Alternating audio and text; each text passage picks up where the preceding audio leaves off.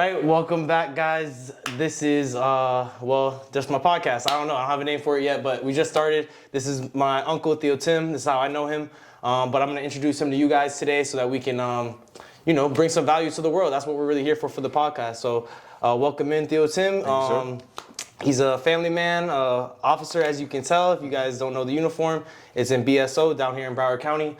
So, that's really, I was interested in bringing him on originally because I think he can bring a lot of value to you guys. He's a really good leader and in the community. He's been in the community down here, South Florida, his whole life. So I'm excited for the episode and for him to get started and tell you a little bit about yourself. So what's going on? How long have you been a cop? Where are you from? Tell him, just introduce him and we'll go from there. All right, so I am Tim Irvin, the second. I've been living in Miami. I grew up in Miami since I was born. Mm-hmm. Born and raised in Miami, Florida. More specifically, the Bajas is the hood that I grew up in. Okay. Left out of there, got hired with BSO when I was 19 years old. So I've been doing police work. I'm 48 now. I've been doing police work almost 29 years. Okay. I'm in my 28th, going on my 29th year.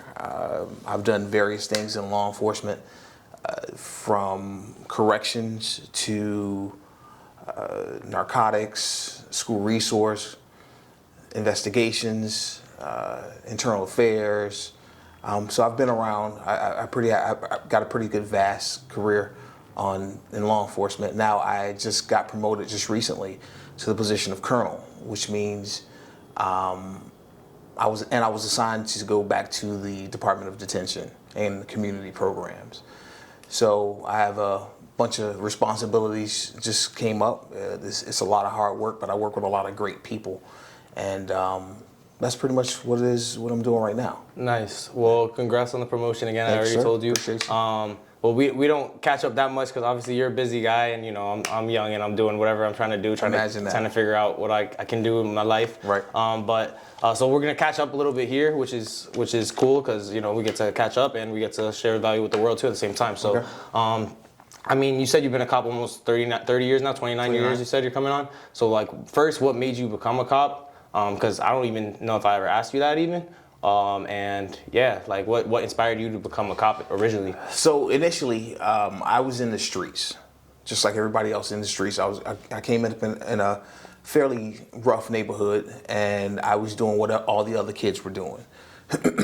I stepped it up a little bit more because I felt that I needed to. I had a two-parent home, very loving parents, Christian home, and as a child, I took a different angle from a lot of different other people. And what I mean by that is I had an alter ego, if you will.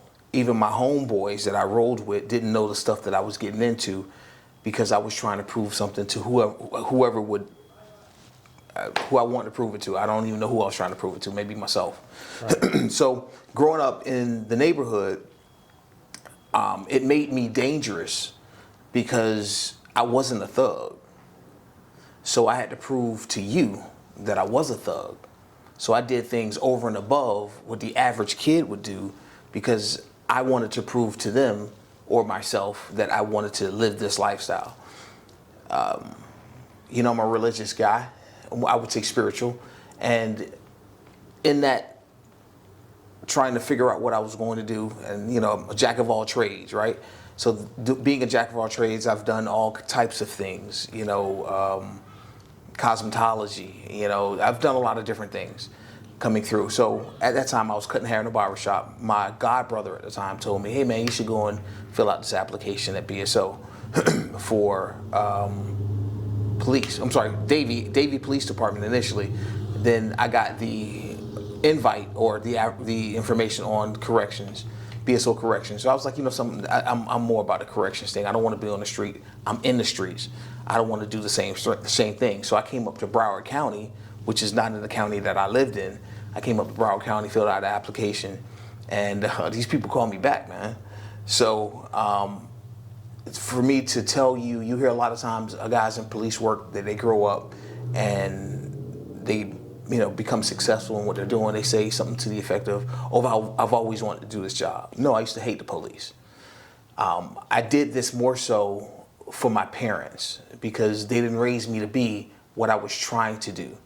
And I came out of that, and what made me good at what I did is because I was in the streets. I understood the streets, and I respected the streets. And by me respecting the streets respected me, which gave me a lot of leeway, a lot of things that I knew on the street that I can do and how I could connect with people, which made me better, a little bit better than the average cop, because I was able to relate. And I've always treated people like people, right? Because again, I was out, I saw these things prior to. So getting into law enforcement has initially changed, it initially changed my entire life. It changed my whole trajectory of where I was going. Like I said, I'm going on my 29th year, and I am the colonel. So you have the sheriff, the undersheriff, and then the line of colonels. So that's where I am, and I have my department of where I take care of. So that's kind of my journey a little bit on how I got to where we are now. Nice. And you like it, obviously. You've been doing man, it I love this job. You know what I mean? years. So I love what we're able to do, and the people, especially in this leadership position, the people that I'm able to impact by some of the decisions and some of the things that I make. As a leader, it's important for the leader to understand that it's not just about getting the job done. It's about creating the environment for your people to thrive. Most people are mission focused, and you should be. But at the same time, missions don't get done by themselves. It takes people.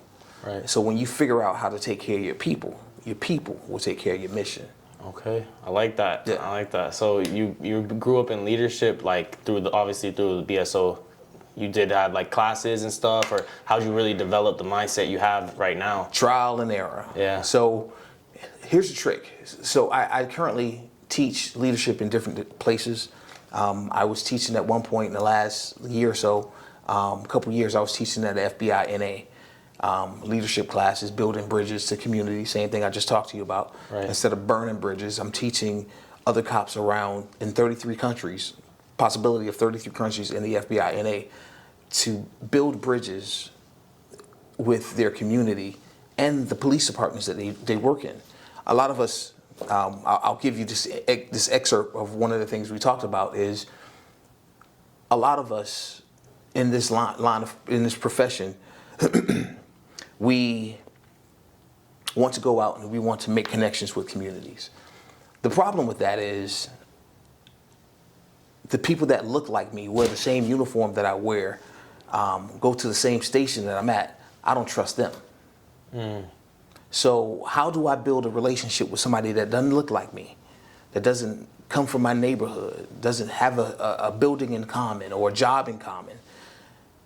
How do I build a relationship with them, but I don't even trust the people that I know on a daily basis? So a lot of police departments, and this is not just something that's only in police departments, you have a lot of people that go to work and don't trust their boss. Right. That's everywhere. That's human nature. So it's incumbent upon the leadership to create an environment where your people are not, and I'm stealing this from Simon Sinek, your people are not lying, hiding, and faking. The way that you do that is have trusting relationships, have vulnerability. And vulnerability, in a sense of vulnerability, and I'm not talking about, Mateo, no, that's not what I'm talking about, vulnerabilities. Right. But just recently, I said something in a roll call. Now, I'm the colonel, I'm the guy. I said something in a roll call just recently, and turns out the information that I had was wrong. Some people would take it as a weakness and say, well, you shouldn't correct it and be done with it. I absolutely don't think that. I think it makes me more human to go back into that same roll call and tell those people, hey, look, I made a mistake. I was wrong on this, and let me tell you what the right answer is.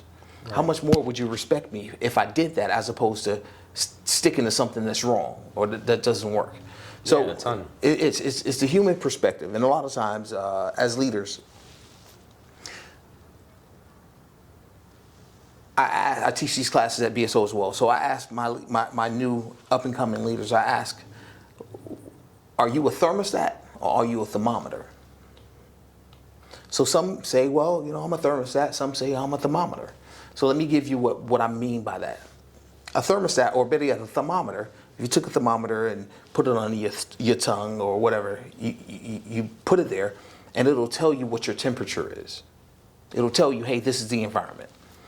A thermostat is different in a sense of not only will it tell you what the temperature is in the room, but the thermostat's job is to change the conditions in the room based on what makes things more comfortable. Maybe you need to heat it up, get somebody to do what they need to do, or maybe you need to cool it off. So I need leaders that are not thermostats. I'm sorry, that are not thermometers. I don't need a thermometer. Anybody can tell me what the status is, right? Anybody can tell me what the status is. I need people that's able to go into the environment and change the environment and make it more conducive for the people that are working in that position, that job, wherever you are. And it's not, again, law enforcement is what I do, but this is something that I've talked to other leaders in other industries where they have the same issues, same concerns. Some of the places that I teach at, schools, have the same issue. No one trusts the leadership. Everybody's walking around trying to protect themselves, spending more energy on doing things to protect themselves and hide from the leadership as opposed to going out and taking chances. How much more would a business be if instead of them high and lying and faking, they were more so going out into their scope of work and doing things that were outside of the box? Right. That means your business is better. Giving people the autonomy to make decisions, giving your folks the support that they need in those decisions, even when they make a mistake. So do you think a leader is born, or do you create a leader? I think you have characteristics that you can be born with. There's certain things that leaders have that are attractive. However, I am big on leaders being trained. So because I speak on it, people say, hey, you're an expert. I am absolutely not an expert on leadership. I'm a student of leadership, period. I'm a student. Now, I might have better grades than you in my leadership, right, but that doesn't make me an expert on it. So I believe that's something everyone can be trained on doing this. It's a matter of the person really realizing who they are, having self-awareness to be able to take the good and the bad, change it to where it works for whatever predicament and their personalities are. But I think leaders are made. And I don't think that they're made overnight. I think it's a constant process, down to leadership in my home. Yeah. I'm the leader in my home. I'm a total different guy from what I was 26 years ago when I got married. My leadership style with my wife and my kids has changed over the years, and I have to adapt to something that's constantly changing, which is people. Yeah. So it's something that I can read all the books in one day, right? Great, I've read all the books, but it's an action. You know, we can talk about, you can't cross the sea by just standing there looking at it. You got to do something about it. There's some action that you have to take to move in the direction of success or whatever you're trying to go. So it's imperative that we continue to be proactive. So would you agree with me? Let me ask you this question. Do you agree that experience is the best teacher? Right. You believe that? Yeah, I agree. I disagree with you. And let me tell you why. Okay. Okay. I set you up. I'm sorry. I love you. I see. Experience is a teacher if you're a student. You know a lot of people that are doing the same thing they was doing 10 years ago, but they ain't no better than what they was 10 years ago. So I'd like to say experience is the best teacher, or applied lessons learned from experience is the best teacher. Right. We can talk about it all day, but are you changing? Everybody changes. Everybody. You've changed since we used to take care of you when you were small. There has been a change. Everybody changes, but are you getting better? The getting better part is the part where you have to put forth action. You have to put forth effort to change. I also I tell everyone that works for me. So when I was a captain, I had an executive officer. Right now, I have 2 lieutenant colonels. When I was put in my position, I picked those 2 people to be my lieutenant colonels. Right. The first thing I say to them is this: if you can't tell me when I'm wrong, I don't need you. I don't need you. If you can't tell me and show me when something is off, I don't need you. If you can't voice your concerns and speak openly, I don't need you. But first and foremost, if you can't tell me when I'm wrong, I don't need you. And I'm not saying I want you to go and embarrass me. Right. I'm not looking for that. But hey, look, so on and so forth. This is what I got. Just today, I brought both of them into my office, or actually I went into one of their offices, I brought the other one over, and I shared with them something that happened over the weekend that maybe I should have told them, maybe I shouldn't have. But my idea is, I need you to know where I am, and I'm going to be transparent with you. People that are afraid to offend have problems with being honest. So if I'm afraid to offend you, there's a good likelihood that I'm not going to be able to tell you the truth. Sometimes you have to tell people the truth, and sometimes it hurts. But even when it hurts, I've seen where the truth, when you tell someone the truth, or you hear the truth, or you find out the truth, it might hurt your feelings, but opens your eyes if you're willing to take whatever lesson it is. So I'm always open. My ego is not big enough. There's a saying that says, the ego is the anesthesia that deadens the pain of stupidity. My ego is not that big because I know I don't have all the answers. I am always pressing to be better than I was yesterday. Now, am I trying to be 100% better than I was yesterday? No, I'm not. But if I can do 1-2% better than I was yesterday, there's ultimately going to be a point where I can bring all those things together and I'm just better. Yeah. Some people are not getting better. So that experience is the best teacher if it's applied. I know people, man, that just, Mateo, they just know better than what they were 10, 15 years ago. And if experience was the best teacher, they would be doing better. And I'm not just talking at work. I'm talking in marriage. I'm talking in relationships. And all of this stuff comes back to human interaction.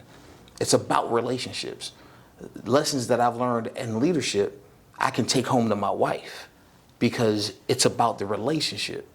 It's always about the relationship. So to give you the long answer, yeah, there you go. No, that's awesome. I mean, you answered a bunch of questions I was gonna ask anyway. My bad. No, that's good. I was gonna say, if you could give advice then to someone to get better, because you're saying that it's not just about experience, it's about actually learning to apply the lessons. So how do you apply those lessons? What advice would you give to someone, maybe your 25-year-old self, of how should I apply these lessons so I can get better even more than you already did? Because obviously, you know, you made it to somewhere you're happy and successful with, you know? So if I had to tell myself the lesson or give myself one of the things, I would say have courage to take the action.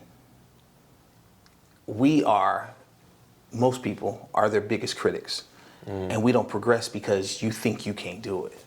So I applaud you to put this together because it shows me that you're progressing, you're moving in a direction.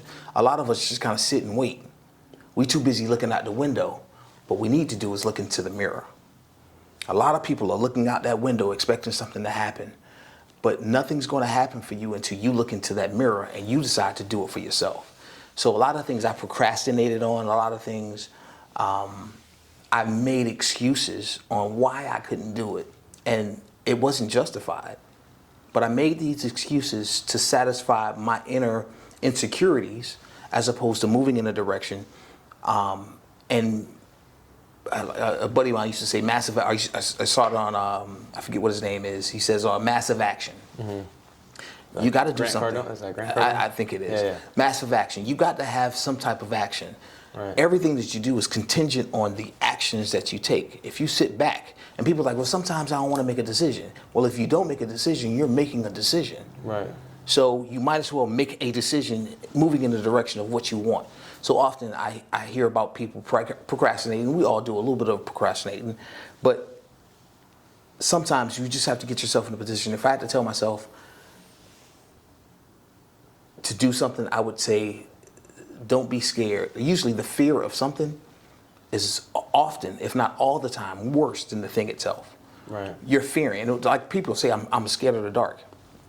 If I locked you in a room and I locked the door and there was no windows, no doors, it was one door, and I locked the room and closed the door, what are you afraid of the dark for? Right. You're afraid of something that you don't know that's there.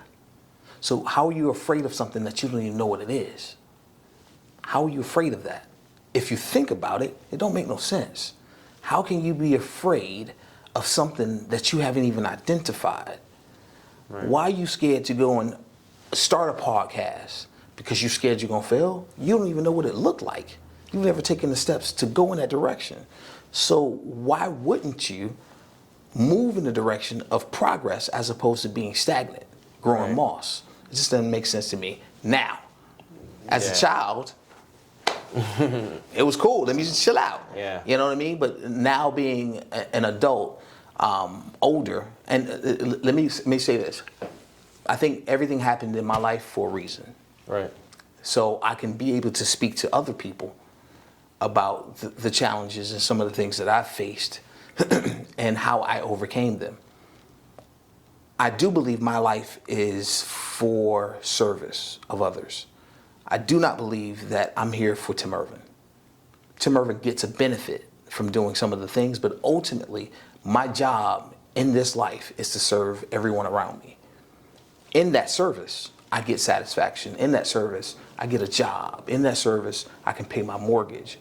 But my job is to serve first. And I think that's all of us. You get so much, everything is based on service. You put a product up, it's a service, you pay for the service. So that's kind of how this thing, from what I've seen in my limited experience, it's all about service. So I am hell-bent on serving the people that work with me at the Broward Sheriff's Office. And it's an agency that I absolutely love. I grew up in that agency. When I tell you I grew up in that agency, I absolutely grew up in that agency. When I first came to BSO, real quick, the first day of the academy, I almost got kicked out. What happened? I ain't getting you that. Let's just say I was acting a fool. Okay. I was out of control. I am the first person that I know of at the Broward Sheriff's Office that was ever suspended on probation. Now, looking back, I think to myself, well, God, what did you have in store for me? Because normally they would cut bait. See you later, sir. We don't need you. They suspended me. I had a boss. I was truthful with him. I won't get into what I did, but I did something I wasn't supposed to be doing. And that boss stood up for me because I told the truth, and he knew, based on the limited time that he had been with me, that I was an honest guy. And I just straight up told him what the deal was, and told him what I was thinking at the time that I did it. And I didn't think it was a big deal now, but I understand now. So he fought for me to get suspended on probation. Had never been done before. Wow. Never been done before. So now I'm sitting in a position where I see people come along, and now I'm the one that's making the decisions on who gets fired and who doesn't. You know what I mean? So I have to look at them a little bit more. And sometimes people, matter of fact, this happened today. There's an employee that we're dealing with, and we're like, we should cut, we should go. No, we shouldn't. And let me explain to you why. And I can justify, I'm not talking about negligent retention, but sometimes people make mistakes. So it's the difference between making a mistake out of your heart and making something out of your mind. If you really meant to do something wrong, it's different. But if you did something because you thought it was the right thing at the time, that's also different. So I think my experiences have given me the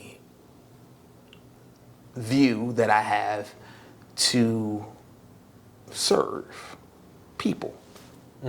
It comes back down to serving. Yeah. I love serving people. I'm the type of leader that I'll do the things that you're doing as a deputy. So let me give you the command structure. So we have deputy, we have sergeant, lieutenant, then we have the executive officer who's also a lieutenant who's been designated to do a certain job. Then we have captain. we have major, we have lieutenant colonel, and then we have colonel. Colonel and deputy, there's a big spread between things. Right. But me as a colonel, I don't mind doing the things that the deputies do. Now, I can't do that obviously on a regular basis, but if there's something that they're doing, I don't mind helping. I don't mind getting out there and getting myself dirty. Why? Because the same things I expect from you, I should be able to do, right? I lead from a position of leading forward. I lead by example. So I heard this also. I don't want to ever have to lead by the example of power. I'd rather lead by the example of, let me make sure I'm messing this up. I don't want to lead by the example of power, but I want to lead by the power of the example. I was asking you about when you originally started, right, and why you originally got into all of this and how it like started your career and everything, right? So when you first started, you said you were in the streets. Did your friends or any of like the people you were with, the people you were rolling with, did they like look at you as like a sellout, or were they coming after you, or like did they look at you any type of way? Do you get called that still to this day, like anything like that? No. So thank God. I'm sure there were some. Absolutely, I'm sure there's some. What I will tell you is one quick story. There was a dope boy that we knew in the neighborhood, and he was a big time dope boy. So I got the job with BSO. I went to corrections, and I get message that he wants to see me. Now I work for BSO. I ain't got no business talking to this dude. No business talking to this dude. But he's also the dude that you're not going to ignore. Right. So I go see this guy, and when I go see him, I walk up, and it's we in the hood, man. So I walk up. I'm okay because I come from that, so I'm good. But I'm a little on edge because I don't know why he want me now. Right. I just got this job. You know what I mean? So I ain't trying to mess up this job. Right. I kind of didn't care, but I was really concerned about my parents too. So whatever. Yeah. So I go see him. When I go see him, I get to talking to him. He was like, "Hey man, what's up? You know, what's going on?" No, whatever. Let me tell you how they ended the conversation. He said, "I called you over here to tell you that I'm proud of you, that you made it out of here, and you're not doing this." Now, I don't want to paint the picture that all of my friends went to jail. All of my friends died. I had a few that did. Because we came up in, it was the hood, but it was still like a family neighborhood. I had a lot of them died, whether they were killed or died on a motorcycle or strung out on drugs. I had a lot of that happen in my life. But for him to tell me that he's proud of me kind of threw me because I didn't expect it. He was intelligent enough to know, hey, granted, if I wanted to sell dope for him, he would have let me sell dope, I guess. Right. But it threw me when he came and told me that he was proud that I had made it out of the neighborhood or made it out from doing the things that I was doing. So, did I get a lot of flack from the neighborhood? No, man, I got to tell you, the majority of these people were celebrating me. Especially knowing who I was, knowing that I'm not going to go in there and do nothing crazy. I'm not going to beat up on people and some of the things that people allege that police do now. But the majority of the people that I knew, at least said it to my face, were proud of me. Yeah. No, that's good. That's how it should be. They actually supported you. Yeah. Yeah, that's good. So and when it comes to like all this political stuff now, because obviously a lot of people dealing with the police the past 5 years, you got the NBA courts saying like, putting different things regarding the police, and like the same thing with the NFL, all that stuff, right? Colin Kaepernick, all that stuff's in the past like 5-10 years, right? So more and more, is that affecting how you are interacting with people on a daily basis? Because we see all this on social media, but is that real life, like affecting our day-to-day interactions with police, or what? So social media, although be it a powerful force, there's some adverse that comes with it. You're getting perspectives from people that might not be the whole story. But to answer your question, has anything changed for me? Absolutely not. I heard this years ago, when things started to get hot for police. Oh, we have to change how we police. I've never changed anything. because I was always treating people right from the beginning.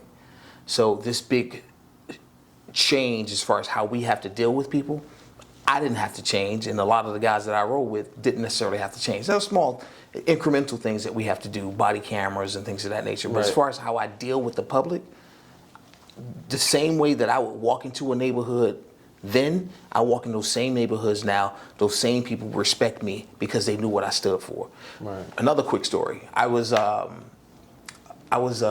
deputy in West Park. 1999, I was in West Park.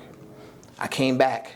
I went somewhere else. Went to school resource. I went to internal affairs. I came back as the criminal investigations sergeant in West Park in 2013. When I got back to there, so let me set this up for you. On the street, if you're a cop that's in the neighborhood and you're doing a good job or you're not doing a good job, they give you nicknames. The street will give you a nickname. What do you think my nickname was? Just take a wild guess. You won't offend me. Pig? I don't know. No, not Pig. It was Short. Okay. Short was my nickname. Okay. Because I'm short. Yeah. So Short was my nickname. So I go in criminal investigation. So the road patrol sergeant had to go to court or something. So I was like, look, man, I got you. I'll run the road while you're, out doing your thing. We get a fight. I'm running the road. We get a fight. Again, I told you my badge not broke, so I go as a supervisor. So by the time I get there, a couple of deputies are getting there right before me. I get out of my car. As soon as I get out of my car, I hear somebody yelling, "Short! Short!" Now, this is 2013. I left West Park in 1999. This is 2013. Somebody's screaming my name. "Short! Short!" I look around. I see this lady. Now, I'm totally distracted on what I was supposed to be doing. I was supposed to be going to a fight. But something about the fight had changed, I guess. But I was so focused on this lady, whatever. So I go over, and again, I got other deputies over there, so they're going to deal with the fight. Right. So I go to the young lady, and she's like, "Hey, Short, how you doing?" "I'm good, man. How you doing?" I remember the lady from back in the hood. She's still living in the same place, same area. And so we get to talking, and she says, "Y'all over here because my boys, her sons, are fighting." So what I didn't know at the time is her sons fighting had stopped when she started screaming my name. My deputies, who I barely know, I just got back down there. These deputies that I barely know are looking at me like, "Who are you?" Come to find out, when the mother was screaming "Short," the two dudes stopped fighting. So everybody's like perplexed on like, what's going on? What's going on? She calls the boys over. They're men. I remember them. I remember she had, I don't remember these kids, but I remember she had smaller kids. Right? So you figure maybe, I don't know how old they were, maybe late teens, early 20s. So she says to them, and now they huffing and puffing because they just finished fighting. Right.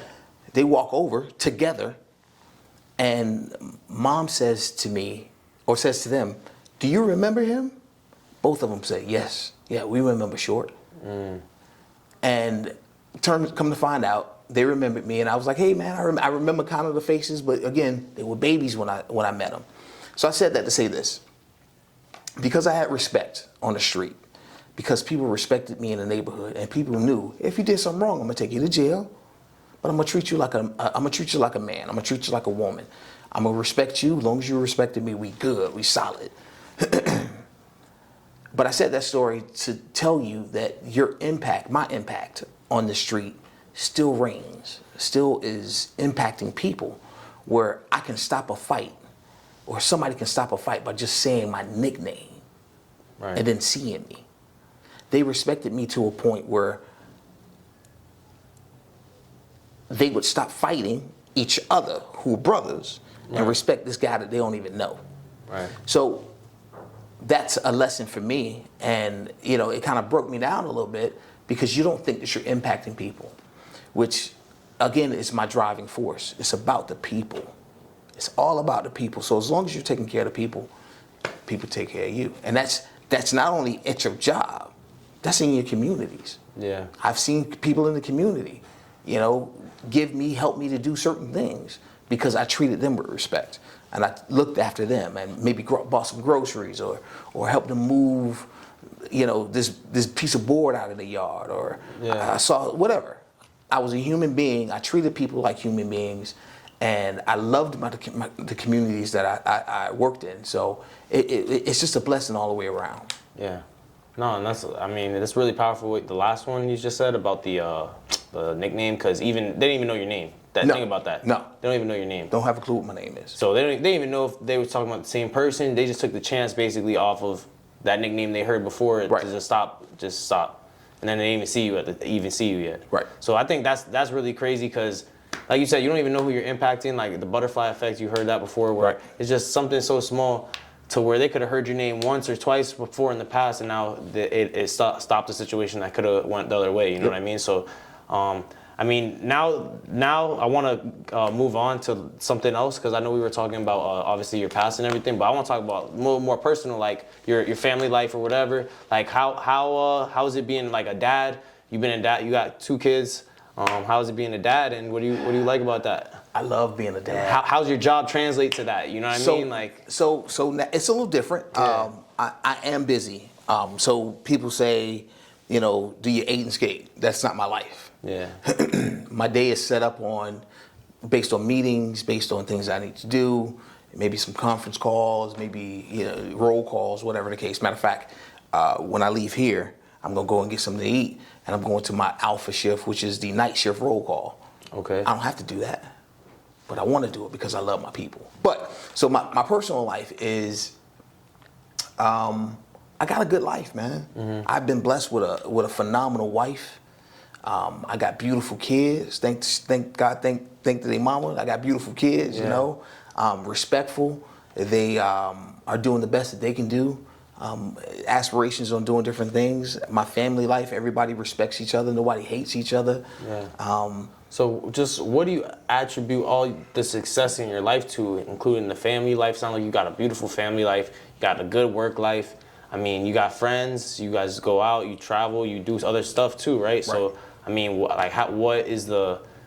the reason for all the success and like the balance that you got in your life to where, I mean, it seems like things are, obviously life's not perfect, but it's hitting it on cylinders for you. So what kind of advice could you give to people following you, because that's what everybody wants, just something like a smooth life, know? So how? So let's talk about a smooth life first. I don't have a smooth life. Yeah. Hear me out. Yeah. I don't have a smooth life, but my perspective and how I think about it makes it look smooth. Right. I don't get caught up on the small things. And to your point, or to your question, how am I able to do what I do?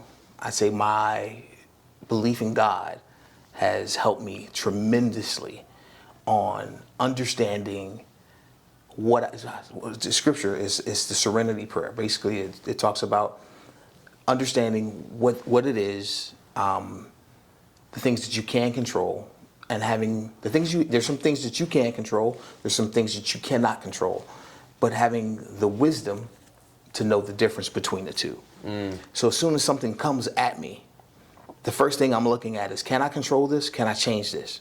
No, it's what it is. I'm moving on to the next thing. If it's something that I can control, okay, what is it? Now here's another problem. I forget exactly what the rule is called. I want to say Manson's rule, but basically the more you avoid something, the bigger it gets. So in life, I've learned to stop avoiding issues.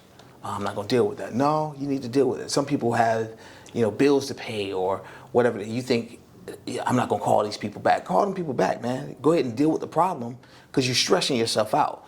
So between my faith in God, the love for my wife, and having my children, knowing the responsibilities and the love for what I do on a daily basis, some people could say, well, I don't see how you love BSO. Well, I do love BSO because BSO has been steady. There's people that are in BSO, but the job in and of itself has been steady for me. As far as my family, you said balance. So I would argue that I do not have balance. Okay. I would argue that I do not have balance. I have a sliding scale. Sometimes it's about the family, sometimes it's not. Someone that says that they have complete balance, I don't know that I can believe that, because sometimes life happens. So there's times that I got to grind. When I first got this position, I'm spending, I'm coming home and I'm in the books. I'm reading. When I got my master's degree, there ain't no family time then, man. I get home, I got to study. And I just came home from a hard day's work, so I got to flip that switch and, hit the books again.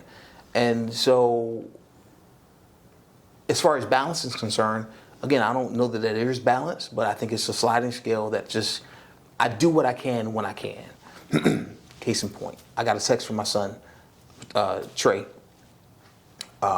who's Timothy the Third, for those that don't know. We call him Trey, and he texted me today, hey, can we play basketball today? Now, I'm gonna tell you right off the rip, I don't feel like playing basketball. But I'm going to play basketball when I get there. I don't feel like it. Yeah. I'm telling you, I don't feel like it. Yeah. I don't feel like it. But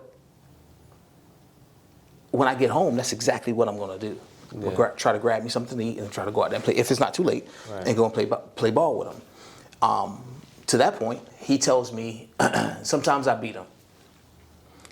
He's very, very competitive. You know that cat. He's really, really, really, really competitive. Yeah. So I tell him, son, it's not about who wins and who loses. Sometimes you have to lose. And I use that time with him for life lessons. Right. It happens all the time. Every time I play ball with him, I find some type of life lesson I can spit at him. So one of the times he was upset about losing. And I said, son, have you ever seen me be upset when you beat me? Well, no. I said, because I won when I came out here with you. So again, I put my focus on the things that matter. I don't care about losing basketball to my son. I never could play anyway. So I don't care about that. I'm more concerned about spending time with my son in basketball and the fact that he wants to play basketball with me. I had an employee today. A lot of the stuff is happening.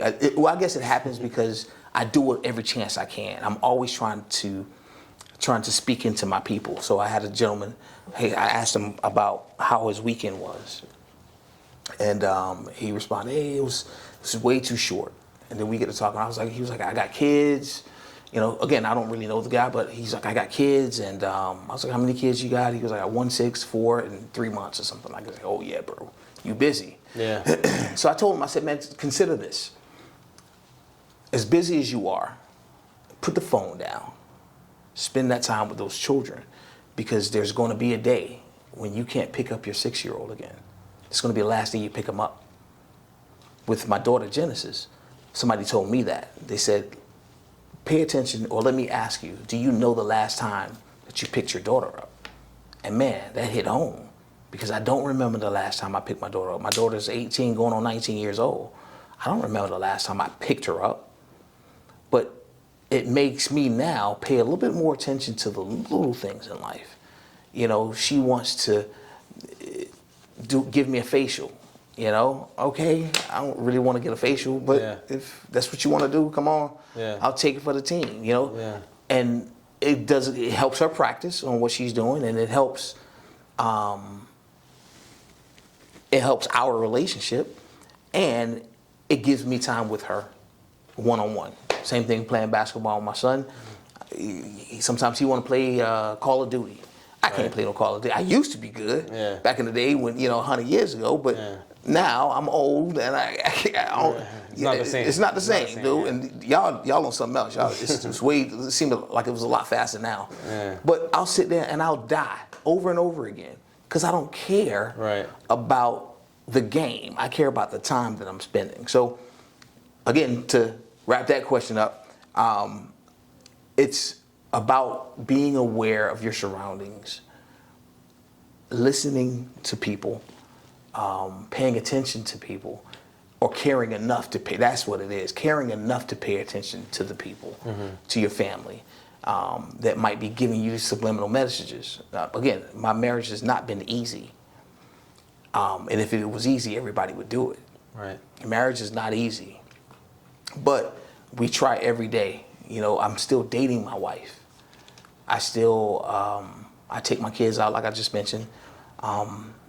We do things together, you know, not just for the holidays, but, you know, every now and then, maybe bring some flowers home, maybe give her a card, maybe, you know, she left me something on the mirror 2 weeks ago. I love you to infinity with lipstick. That's sexy, bro. Mm-hmm. You know, I've been married 26 years. My wife still does that for me. Yeah. So it's effort on both of our parts. It's effort in raising these kids and loving these kids to a point where that sliding scale, even though it may be off and I maybe do a little bit too much work, but the time that I have with my family is quality. Yeah. So it makes up for it. Yeah, that's awesome, man. Yeah. It's like like what I'm hearing is real intentional. It's just like intentionality of your time. Absolutely. And I mean, that's what we're here for, and that's why I wanted to do the podcast anyway, and that's why I was glad to have you on.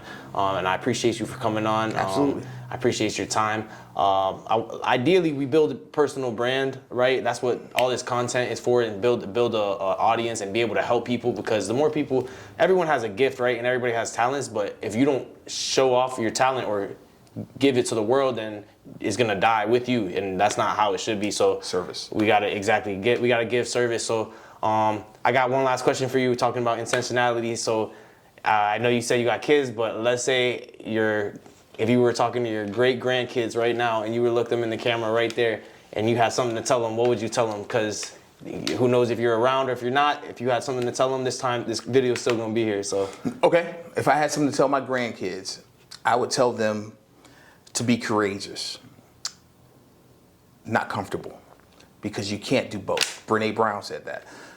You can either be comfortable or you can be courageous, but you can't be both. I would say be courageous, make mistakes, step out, do whatever you think is the best thing to do, and have wisdom in all that you do, but be courageous in your thought process, be courageous in your action. Make sure your actions line up with your character. Make sure your character lines up with your destiny. First of all, know where you're going. How do you get to a place when you don't know where you're going? So that'll be some of the things. I got a bunch of things that I was telling them, you know what I mean? But the biggest thing is being courageous enough and having the courage to step out and do things that you don't think you can do. Because if everyone sat back and thought, I can't do it, nothing would get done. Right. Somebody got to be crazy enough to step out and do something different than everyone else is doing to get to a place. There's the common man and the uncommon man. The common man is the man that kind of goes and does what everybody else is doing. Right. The uncommon man challenges this world to adapt to him or her.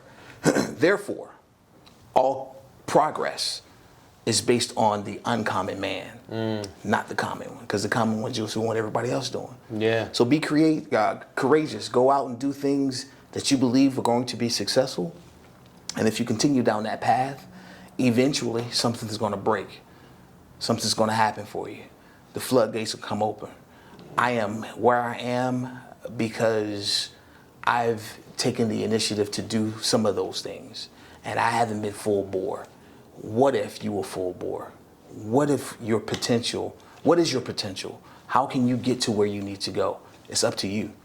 Yeah. And everything is contingent on you. You are where you are because of the decisions that you've made in the past.